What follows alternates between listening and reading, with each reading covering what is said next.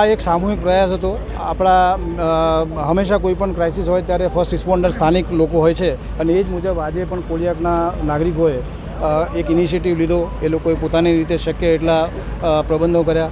દરમિયાનમાં મહાનગરપાલિકા તરફથી ફાયર બ્રિગેડની ટીમ આવી, અમે લોકો પણ સ્થાનિક તંત્ર, પોલીસ ડિપાર્ટમેન્ટ આ બધા અમે લોકો પહોંચી ગયા હતા અને ઉપલબ્ધ સાધનોથી જે બેસ્ટ પોસિબલ એફર્ટ હતો બધાએ કર્યો.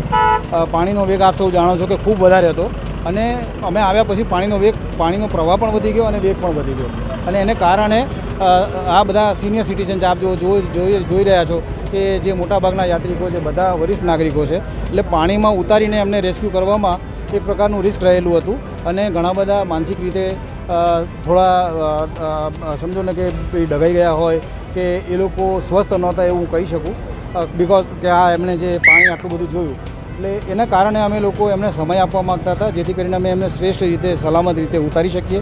મોટા વાહનોની વ્યવસ્થા અમે કરી. સૌથી પ્રથમ તો બસમાંથી એમને કાઢી અને એક ટ્રકમાં ટ્રાન્સફર કર્યા અને બીજી ટ્રક મોટી લાવીને એમાં ફર્ધર ટ્રાન્સફર કરીને બધા જ યાત્રિકોને આજે આપણે અહીંયા બચાવીને સલામત લાવી શક્યા છે. અચ્છા સાહેબ, ખાસ કરીને કેટલી કલાક રેસ્ક્યુ ઓપરેશન ચાલ્યું હતું, કેવી રીતે રેસ્ક્યુ કરવામાં આવ્યું છે? આમાં જે રોડ વિભાગની જો ગંભીર બેદરકારી માનવામાં આવે તો સાઈડમાં જે જાળી હોવી જોઈએ કે જે ગટર હોવી જોઈએ તે નથી, તો કોની બેદરકારી ગણાશે આમાં? ને આ કોઝવે છે ને, કોઝવે ઉપર જાળી હોતી નથી.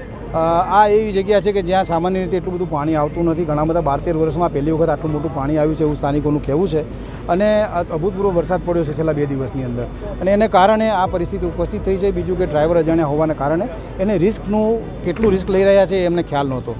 હવે એ એમનાથી એક ડિસિઝન લેવાઈ ગયો જેને કારણે આજે બસ પ્રવાહમાં ખેંચાઈ અને અમે લોકો આવ્યા ત્યારે એ પરિસ્થિતિ હતી કે ભાઈ એ બસમાંથી અમારે પહેલાં એ લોકોને બહાર કાઢવા છે, એટલે બસની કાચ તોડી આપણે એને મોટા વાહનમાં ટ્રાન્સફર કર્યા અને પછી ફર્ધર બીજું મોટું વાહન લાવીને આપણે એમને શિફ્ટ કર્યા છે અને આખી પ્રક્રિયા છે એ ચાલી છે. આપ સૌ ઘણા બધા મિત્રો સતત આ પ્રક્રિયા સાથે અમારી સાથે જોડાયેલા રહ્યા છે અને આપે સૌએ એનું કવરેજ પણ કર્યું છે અને આપ સૌ જાણો છો કે જે બેસ્ટ પોસિબલ એફર્ટ છે એ તંત્ર તરફથી સામૂહિક રીતે કરવામાં આવે છે.